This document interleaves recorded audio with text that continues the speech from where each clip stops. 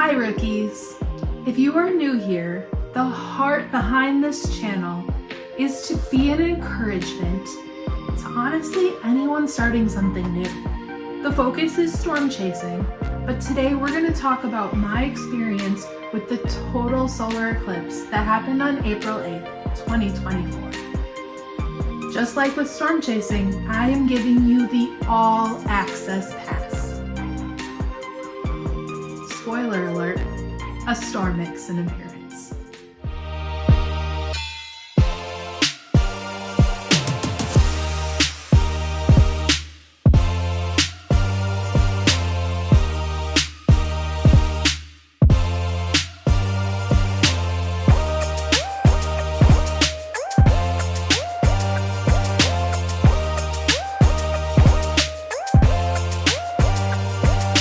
I think it was the summer of 2023 when I heard people talking about the total solar eclipse. I'd never really paid attention to eclipses before, but for whatever reason, this one captured my attention. I marked a vacation day on my calendar and did not think about it again. March rolls around and I realize how big of a deal this eclipse is. They're calling it the Great American Eclipse. Word on the street is hotels are jacking up their prices, Airbnbs are selling out. I guess I need to do some planning. My thoughts were pretty simple. April is not really spring here in the Midwest. We still sometimes get snow. So I thought the best option would be to go to Texas and maybe I could do some storm chasing on my way down there. After looking at dozens of Airbnbs, I finally picked one that seemed reasonably priced, in a cute little town, was just outside the path of Totality, so it seemed like an okay option. A friend kept telling me that I had to go to Totality, so I trusted him, and it became Totality or bust. I started occasionally looking at some weather models to see cloud cover, but knowing there's no reliability, I didn't pay close attention. But I did start questioning myself. Did I make the right decision? Is Totality even worth this much stress and planning? What happens if there's clouds? While I continued to stress, I did do some prep work. I knew I wanted my top priority to be experiencing Totality, but I'm also a photographer.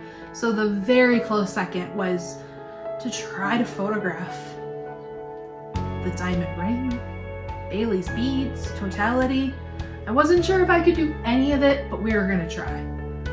I took a class about solar eclipse photography at my favorite local camera store, bought a solar filter, and kind of hoped for the best. The week before the eclipse was crunch time. I knew I wanted to cancel my Airbnb before I couldn't get a refund, but I was still holding out hope that I could go to Texas. The stress was so high that week.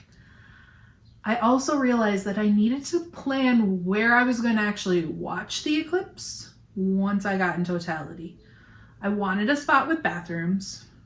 I mean, it would be nice if it was scenic, but it had to have bathrooms. I scouted for hours and hours on Google Maps and just marked my possibilities. Finally, on Friday, I made the tough decision. I canceled my Airbnb in Texas. Texas did not seem like the wise choice for me. I really couldn't justify driving 14 hours for a high chance of clouds. I just couldn't do it. So then I looked for a backup option and decided to book a hotel in the St. Louis area. Now I'm back on Google Maps, finding a new location somewhere near St. Louis to watch the eclipse from.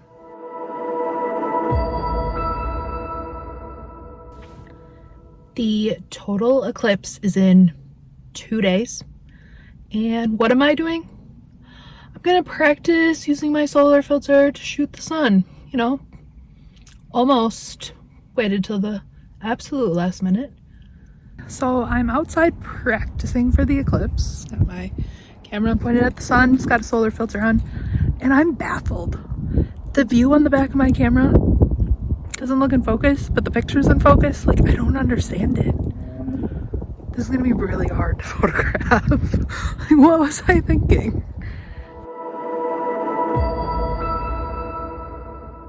It is Sunday morning. I have the car all packed up. I got my snacks. I got some beer for tomorrow. All kinds of camera gear. I am ready to head down towards the path of Totality. I'm gonna sleep in a hotel a little bit closer to the path, so tomorrow I'm well rested and don't have to drive as far. The drive to the St. Louis area took about 5 hours.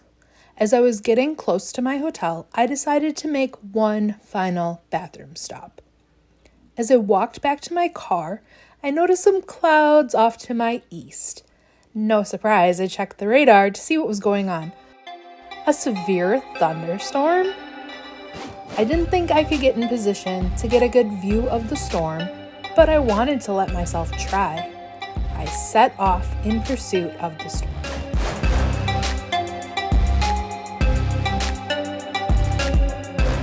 The storm eventually became tornado warned. Sadly, I just couldn't catch it.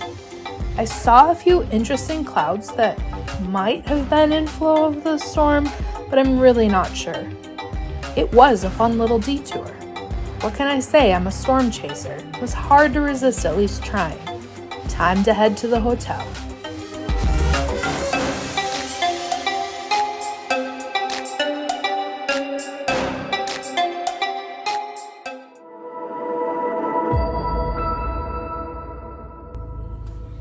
Good morning. It is Monday morning, which means it's Eclipse Day.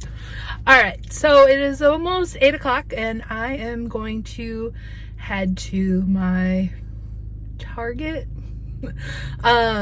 It's really not that exciting. I randomly picked this college is opening its parking lot and they're gonna have some bathrooms, and I wanted a spot that had bathrooms if I'm gonna go spend a couple hours staring at the sun. So I'm gonna head down that way. Maybe on the way I'll get distracted and find a better spot. Right now I'm in kind of the suburbs of St. Louis, so I just need to go a little south, I think, and a little bit east from here. So hoping for clear skies today.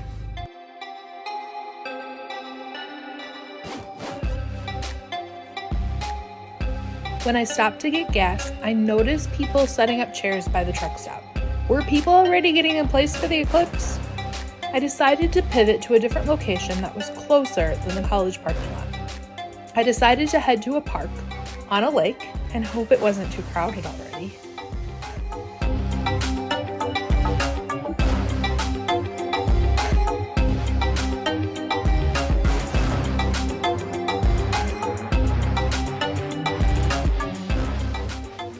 It was not crowded at all.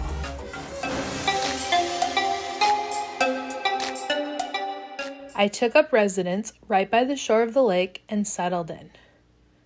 For the first hour or so, I made some small talk with the people near me and read a book. There were 2 other photographers near me who were setting up their cameras. Around noon, I decided to set up my camera stuff. I used the app PhotoPills to plan all of my night sky photography, and I also used it to plan for the solar eclipse. The moon would make first contact with the sun at 12:43 and 48 seconds at my location. I had a cooler of snacks, water, and some beer, so I was set for a day of watching the sky. Every so often, I would take some pictures as the eclipse progressed to totality. Not gonna lie, it was cool, but I was still thinking the northern lights were cooler. Still holding on to hope that totality is worth all the hype. As we inched closer to 2 p.m., The temperature started to drop and things started getting darker. Okay, this is cool to experience. The other photographers and I were anxiously waiting for totality. We weren't 100% sure of when to take off our solar filter. My saving grace was a couple from Minnesota. He had bought the app that narrates the eclipse. His app told me when I could remove my filter. It was go time. First, the diamond ring. Did I really just see the preview on the back of my camera? Did I really capture the dream shot? Oh, this is getting fun. Within seconds of seeing the preview of the diamond ring, my brain stopped functioning. I was in absolute awe of what I was seeing. All I wanted to do was document what I was experiencing so I could relive this moment over and over again.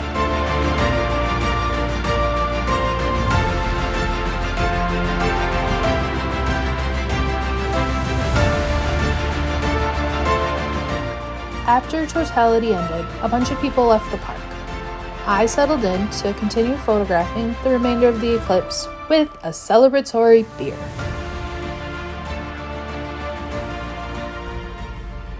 Man, you guys, I just packed up all of my stuff from the eclipse. I don't even have words. That was the most insane thing I've ever experienced. Wait, let me be clear. Totality was the most insane thing I've ever experienced. It's gonna take me a really long time to process this. I don't even have words. With the windows open and the music playing, all I could feel was joy, absolute joy, after experiencing my very first total solar eclipse. I was so excited to go home and put my pictures on my computer. I do kind of regret not getting a longer lens, but I think my pictures turned out pretty good for what I had. Do I recommend experiencing totality? Absolutely. No questions asked. I am so thankful I listened to my friend and experienced totality. I may be dreaming up a tattoo to mark this historic moment. I'm not going to call it once in a lifetime because there's a chance I might see it again. Now tell me, have you ever experienced totality? Why don't you tell me in the comments where and when you experienced it? I'd love to hear your stories.